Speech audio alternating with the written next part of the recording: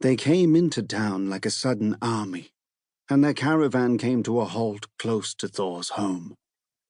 Their horses stood there, prancing, snorting.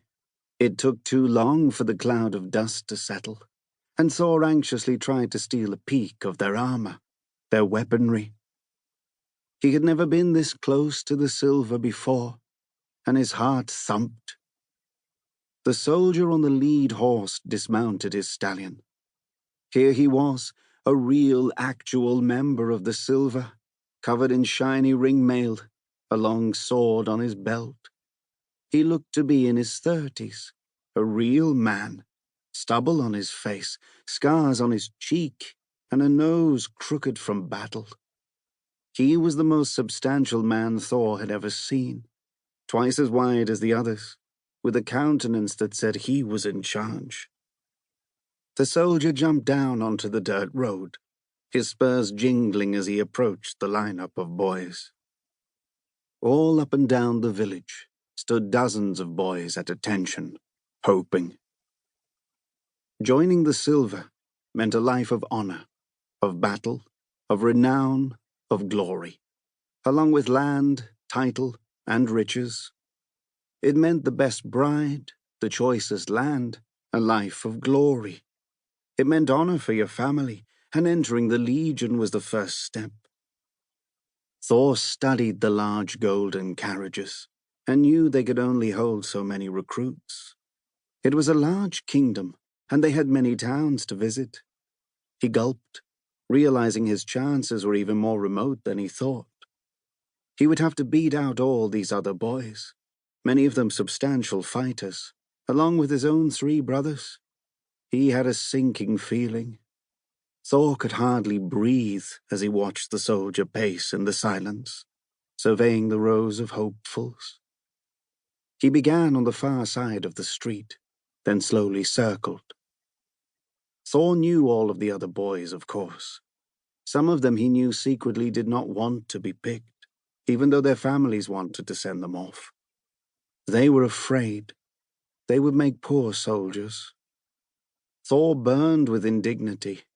He felt he deserved to be picked, as much as any of them. Just because his brothers were older and bigger and stronger didn't mean he shouldn't have a right to stand and be chosen. He burned with hatred for his father and nearly burst out of his skin as the soldier approached. The soldier stopped for the first time before his brothers. He looked them up and down and seemed impressed. He reached out, grabbed one of their scabbards and yanked it, as if to test how firm it was. He broke into a smile. "You haven't yet used your sword in battle, have you?" he asked Drake. Thor saw Drake nervous for the first time in his life. He swallowed. "No, my liege, but I've used it many times in practice, and I hope to—" "And practice?" The soldier roared in laughter and turned to the other soldiers, who joined in, laughing in Drake's face. Drake turned bright red. It was the first time Thor had ever seen Drake embarrassed. Usually it was Drake embarrassing others. "Well then, I shall certainly tell our enemies to fear you, you who wields your sword in practice." The crowd of soldiers laughed again. The soldier then turned to his other brothers. "3 boys from the same stock," he said, rubbing the stubble on his chin. "That can be useful. You're all a good size, untested though. You'll need much more training if you're to make the cut." He paused. "I suppose we can find room." He nodded towards the rear wagon. "Get in and be quick of it, before I change my mind." Thor's 3 brothers sprinted for the carriage, beaming.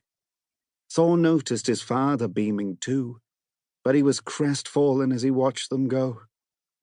The soldier turned and moved on to the next home. Thor could stand it no longer. "Sire!" Thor yelled out.